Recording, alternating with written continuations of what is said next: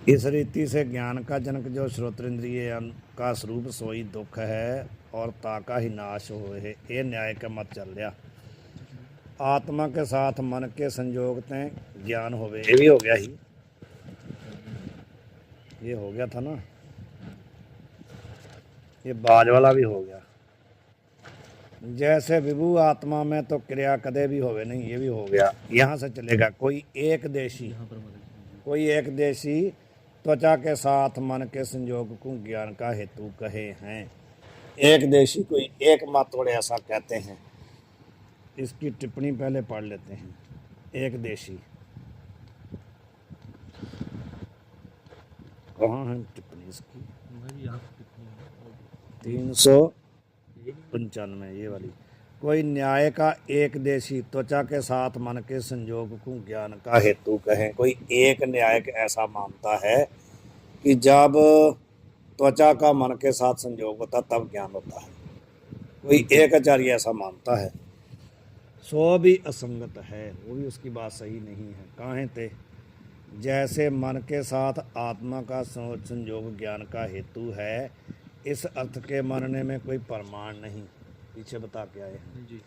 तैसे त्वचा के साथ मन का संयोग ज्ञान का हेतु है, इस अर्थ के मानने में कोई श्रुति आदि का प्रमाण नहीं है। जो प्रमाण कर असिद्ध स्वकपोल कल्पित अर्थ मानने योग्य होवे तो किसी ने कहा है, मैंने मृग तृष्णा के जल में स्नान करके, आकाश के पुष्प का मुकुट करके और सत्संग का धनुष करके बंध्या का पुत्र संग्राम में जाता देखा। यदि कहते बिना प्रमाण के ही आप मान लो कोई बात, तो कहते कोई आदमी कहता है कि मैंने पहले क्या किया, मृग तृष्णा के जल में स्नान किया, फिर उसके बाद क्या किया, उसके बाद हमने कहते कि आकाश के पुष्प का मुकुट पहना जी, और ससे के श्रृंग है जो उनका धनुष बनाया जी। उसने वो कहता मैंने देखा कि जो बंध्या का पुत्र है ना, पहले उसने मृग तृष्णा के जल में स्नान किया, फिर उसने आकाश के फूल का मुकुट पहना, फिर सह के जो सींग होते हैं उनका धनुष बनाया, तो उसके बाद वो युद्ध करने जा रहा था, मैंने देखा। तो इसमें से कोई वस्तु सत्य है?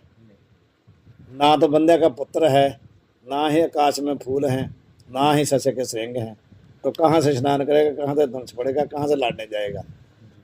तो बिना प्रमाण के कहते यदि बात मानी जाए तो यही मान लेनी चाहिए। इसलिए कहते हैं इस वचन का अर्थ भी मानना योग्य है, फिर इसको मान लो। याते त्वचा के साथ मन का संयोग ज्ञान का हेतु नहीं, कोई प्रमाण नहीं है तो इसको नहीं मान सकते।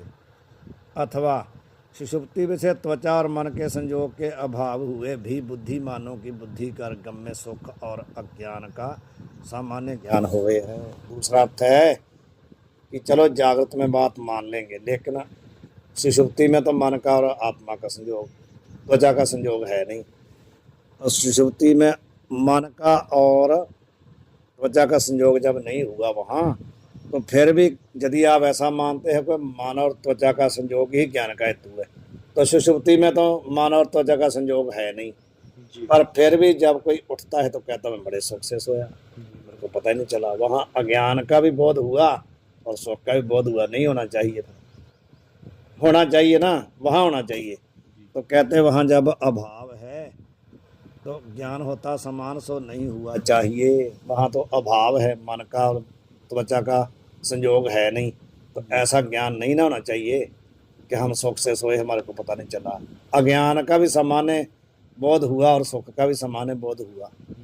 यदि संयोग को ही मानते वहाँ तो संयोग है नहीं, तो भी तो यहाँ ते त्वचा और मन का संयोग ज्ञान का हेतु नहीं, किंतु आत्मा का स्वरूप भूत ही ज्ञान है। आत्मा का स्वरूप भूत ही ज्ञान है, यह मानना आत्मा का स्वरूप ही ज्ञान स्वरूप है जी, और कोई कारण नहीं है। आत्मा ही ज्ञान है, आत्मा ही ज्ञान का हेतु है जी। तो सुषुप्ति में पूरी तत्व नाम नाड़ी विषय मन प्रवेश करे हैं, ऐसा माना जाता है। इस सुषुप्ति अवस्था कब होती है? जब मन जो है पूरी तत्व एक नाड़ी है, जैसे नाड़ी मानी है ना जी शरीर में, उसमें पूरी तत्व नाम की नाड़ी है, उसमें मन जब जाता है तो सुषुप्ति अवस्था होती है। जहाँ तक सुषुप्ति में ज्ञान होवे नहीं, त्वचा से मन का संयोग है नहीं वहाँ पर, जाते सुषुप्ति में ज्ञान होवे नहीं। तिना के मत में त्वचा से संयोग वाला मन ही ज्ञान द्वारा दुख का हेतु होने से दुख है। जो ऐसा कहते हैं भी पूरी तत्व नाड़ी में जाता तो सुषुप्ति अवस्था होती, वहाँ पर संयोग होता नहीं मन का और त्वचा का। जब संयोग नहीं होता तो कहते हैं वहाँ पर, वो कहते हैं ज्ञान नहीं होता सुषुप्ति में। तो उनके मत में कहते हैं त्वचा से संयोग वाला जो मन है वो ही ज्ञान द्वारा क्या है, दुख का हेतु होने से दुख है, केवल मन नहीं। त्वचा से संयोग वाला मन जो है वो ही कहते ज्ञान द्वारा दुख का हेतु होने से दुख है, केवल मन नहीं। मोक्ष में त्वचा के साथ होने तय नाश होने तय ताके साथ संयोग है नहीं। मोक्ष काल में भी क्या है, त्वचा और मन का संयोग नहीं, क्योंकि त्वचा नाश हो गई तो संयोग नहीं हो रहा, जहाँ तक ज्ञान होवे नहीं। मोक्ष काल में मन है भी, परंतु दुख का हेतु जो ज्ञान का जनक त्वचा से संयोग वाला मन ताका संयोग के नाशते नाश हो गए है। वहाँ पर क्या है, मन तो कहते है, लेकिन परंतु जो दुख का हेतु है ना, ज्ञान का जनक त्वचा से संयोग वाला मन, वो वहाँ पर नहीं है। इस रीति से मोक्ष काल में परमात्मा से भिन्न ही दुख रहित होए के व्यापक आत्मा जड़ रूप स्थित होवे है। इस रीति से मोक्ष काल में क्या है, परमात्मा से भिन्न ही दुख से रहित होए के व्यापक आत्मा जड़ रूप स्थित होवे है। ज्ञान गुण तो उसमें है नहीं, काहे ते ज्ञान गुण ते आत्मा का प्रकाश होवे है इनके मत में।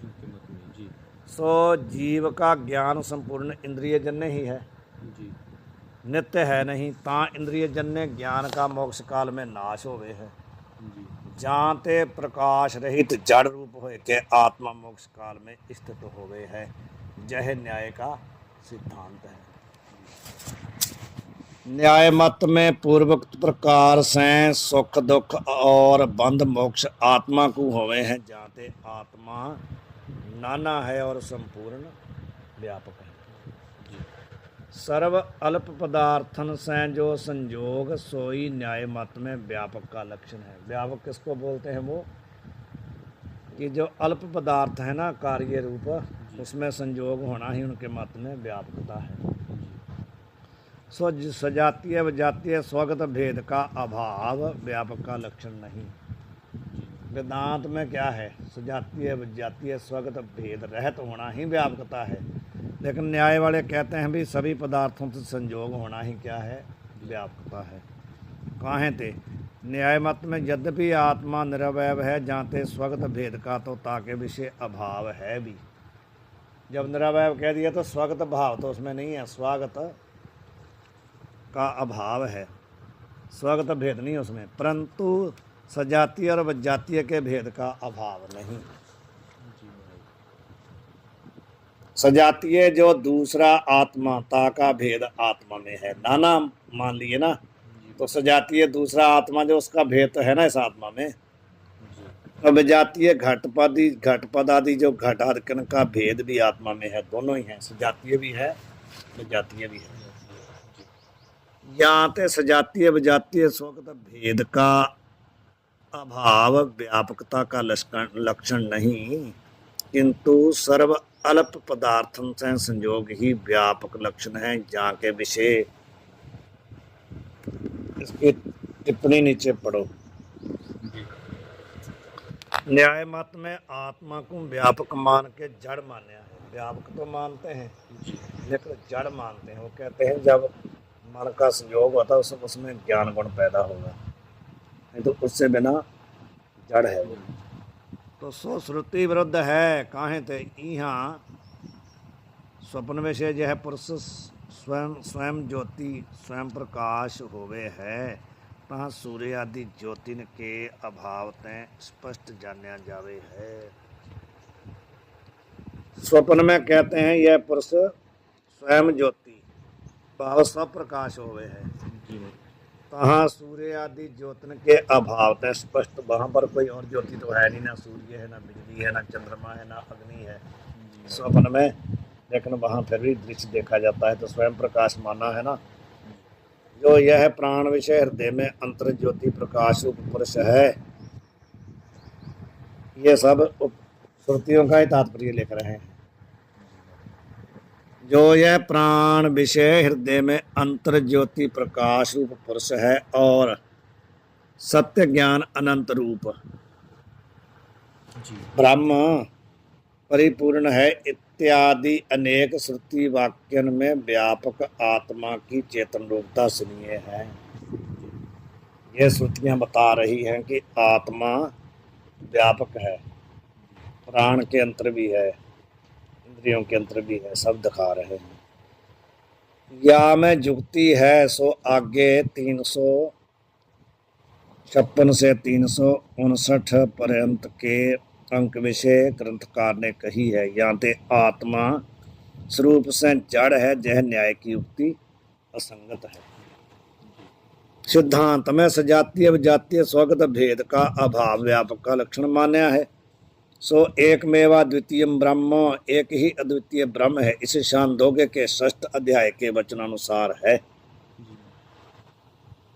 सजातीय विजातीय स्वगत भेद की श्रुति कौन है? एकमेवा द्वितीयम, एकम एव अद्वितीयम। अद्वितीयम कहने से क्या है? विजातीय नहीं है। एक कहने से सजातीय नहीं है, और एव कहने से स्वगत भेद नहीं है। भाष्य में ये खोला शंकराचार्य जी ने। अद्वितीय से तो ये खंडन हो गया भी उसके जैसा कोई विजातीय नहीं है, और एक कहने से हो गया भी सजातीय, उसके जैसा दूसरा उसका कोई और नहीं है। और फिर कहते हैं स्वगत का खंडन कहाँ से होगा? एव, एकम एव। यहाँ तो भाई दूसरे तरीके से है। यहाँ तो लिखा है कि अद्वितीय से भेद का निषेध है। एव का हाँ, एक पद कर सजातीय भेद मैं कह तो रहा हूँ। एद, हाँ थोड़ा सा ये फर्क पड़ा कि एक कहने से सजातीय का निषेध, एव कहने से विजातीय का निषेध, और अद्वितीय कहने से स्वगत का, ये भेद खंडन हो गया। इसी ही लक्षण के अनुसार देश काल वस्तुकृत अंततः रहित भी व्यापक का लक्षण है। अब ये वाली बात तो बोलते रहते हैं आचार्य लोग, हमारे ज्ञानी लोग, कथावाचक, सजातीय जातीय स्वगत भेद रहित, लेकिन समझ में थोड़ी आता है कि क्या कहना चाहते हैं, इनका कहने का तात्पर्य क्या है। अब इसने खोल दिया ना, एकम पद करके देशकृत अंत का निषेध है, और खोल रहे हैं पदकृत कर रहे हैं। एक कहने से क्या हुआ? देशकृत अंत, देशकृत भेद नहीं है। काहे ते जो वस्तु परिच्छिन्न है सो नाना होवे है, और जो व्यापक है सो नाना नहीं। किंतु आकाश की न्याय एक है। आत्मा जाते एक है, जाते परिच्छिन्न नहीं किंतु व्यापक है। यहाँ ते आत्मा देशकृत अंतते रहित है, और न्याय मत में नाना व्यापक कहे हैं, सो अद्वैत शुद्धि और बक्षमाण युक्ति और लोकानुभव से विरुद्ध है। श्रुति से विरुद्ध है, और जो ऊपर युक्ति कही उससे विरुद्ध है, और अनुभव से विरुद्ध है। उक्त श्रुतिगत एक पद कर आत्मा विषय देशकृत अंत का निषेध किया है। जो निश्चय के वाचक एव पद कर आत्मा की निरपेक्ष व्यापकता के कथन तय आत्मा विषय कालकृत अंत का निषेध किया है। एव क्या है? निश्चयात्मक है। एव पद क्या होता है? निश्चयात्मक। निश्चयात्मक एव पद देने से क्या हुआ?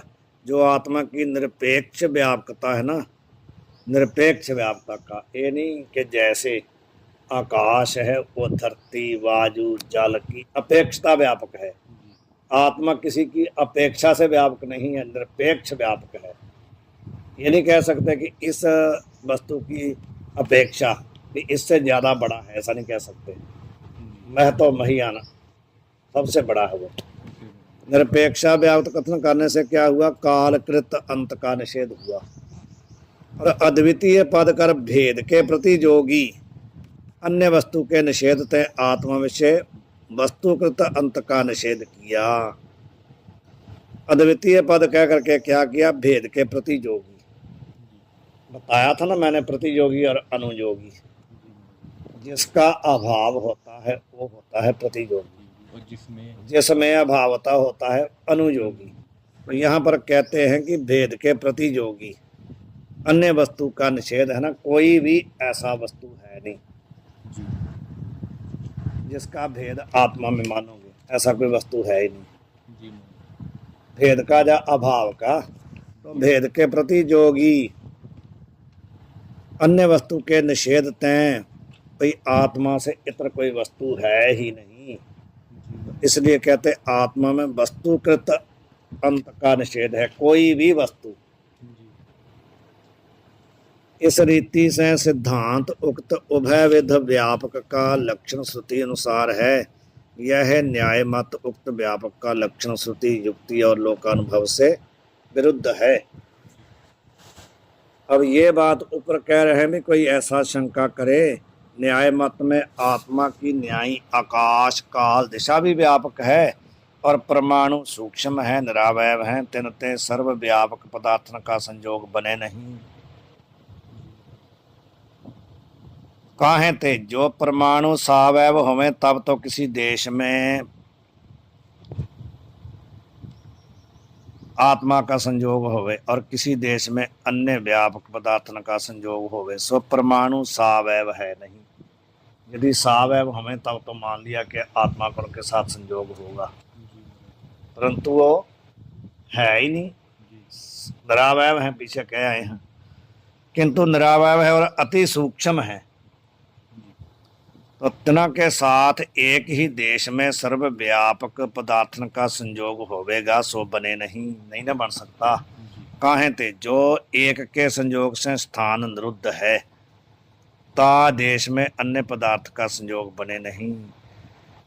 जिसके साथ एक किसी का संयोग हो गया तो उसने वो जगह रोक ली है, तो वहां दूसरे का संयोग नहीं ना हो सकता।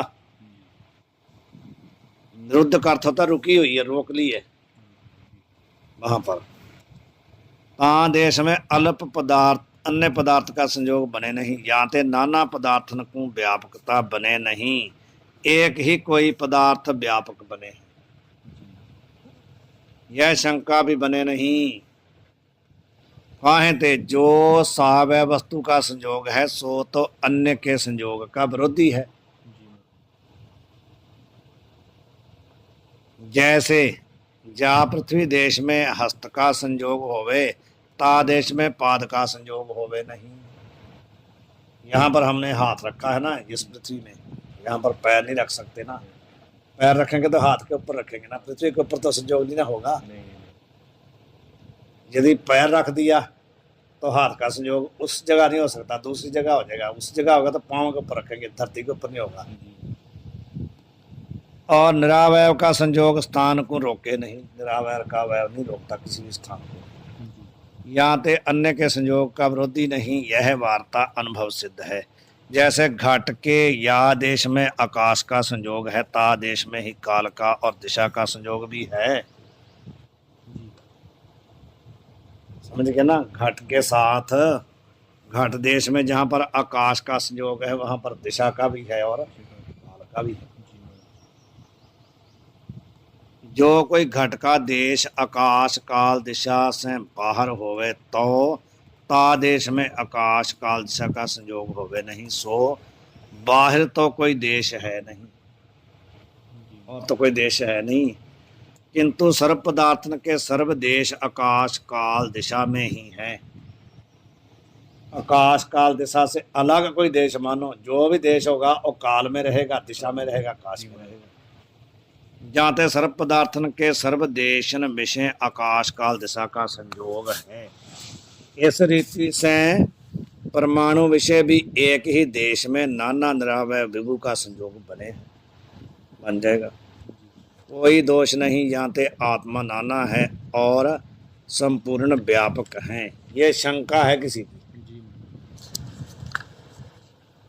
तो सिद्धांती इसका उत्तर देते हैं। सर्व का सर्व पदार्थन से संयोग है, यह न्याय का सिद्धांत है। वो कहते हैं सबका सबके साथ संयोग है। जी, इसकी टिप्पणी है महाराज। वही पढ़ते हैं, सो समीचीन नहीं, उनका मत ठीक नहीं है। काहे ते जो व्यापक आत्मा नाना अंगीकार करे तो सर्व शरीरन में सर्व आत्मा का संबंध अंगीकार करना होगा। आत्मा भी नाना है तो संयोग भी नाना हो जाएंगे ना, सभी के साथ सभी आत्मा का संयोग होगा। या ते कौन शरीर किसका है ये निश्चय नहीं होगा। सभी शरीरों के साथ सभी आत्मा जुड़ जाएंगी तो कौन किसका शरीर पहचान नहीं होगी। एक आत्मा मानते हैं तो सभी शरीर में अलग अलग आत्मा अंतःकरण वशिष्ठ मान लेंगे ना। जब नाना आत्मा मानते हैं तो नाना शरीरों के साथ सभी आत्मा का एक के साथ सभी का संयोग हो गया। एक किस आत्मा का कौन शरीर है समझ में नहीं आएगा ना। किंतु एक एक आत्मा के सर्व शरीर हुए चाहिए। जो ऐसे कहें जहाँ के कर्म से जो शरीर उत्पन्न हुआ है ता आत्मा का सो शरीर है। जिसके कर्म से कहते जो शरीर उत्पन्न हुआ उस आत्मा का शरीर है, सो भी बने नहीं। काहे ते कर्म जा शरीर से होवे है ता कर्म करने वाले पूर्व शरीर में भी सर्व आत्मा का संबंध है। जिस जो कहते हैं कर्म का शरीर है ना, जिस कर्म से शरीर होता है उस कर्म करने वाले से पहले जो शरीर था ना उसमें तो सभी आत्मा का संबंध था, तो किस आत्मा का भी शरीर है नहीं मान पाएंगे ना। या तो कर्म भी सर्व आत्मा के ही होवेंगे, एक के नहीं। और ऐसे कहें जो आत्मा के मान सहित शरीर हैं सो आत्मा का सो शरीर है, सो भी बने नहीं। काहे थे शरीर की न्यायी मन के साथ भी सर्व आत्मा का संबंध है। जैसे कहते हैं भी शरीर में सभी आत्मा का संबंध है ना, उसी प्रकार आत्मा के साथ भी सभी मन के साथ भी सभी आत्मा का संबंध है। ताकि विषय यह निश्चय होवे नहीं और कौन सा मन किस आत्मा का है। सभी आत्मा का मन के साथ संयोग है तो ये मन किस आत्मा का नहीं निश्चय होएगा। किंतु सर्व आत्मा के सर्व मन हुए चाहिए, तो ऐसे इंद्रिय भी सर्व आत्मा के सर्व ही होवेंगे। बाहर के पदार्थन विषय यह मेरा है यह और का है, ऐसा व्यवहार भी शरीर निमित्तक है। सो शरीर सर्व आत्मा के सर्व हैं, जाते बाहर के पदार्थ भी सर्व आत्मा के सर्व हुए चाहिए। और हुए चाहिए यही है कि और क्या है, और क्या आगे क्या है। और जो ये लंबा हो जाएगा बहुत, यहाँ पर ही छोड़ देते हैं। टिप्पणी पढ़ लेते हैं। ये किसकी है? सर्वात्मा यहाँ पर आया था ना भाई, सिद्धांति सर्व का सर्व पदार्थ से संयोग है। सर्व का अर्थ है सर्वव्यापक। जी। और दूसरी टिप्पणी किसकी है? महाराज जी ये जो सर्व का ये 400 सर्व का इसका अर्थ ये सर्वव्यापक किसका है? 399।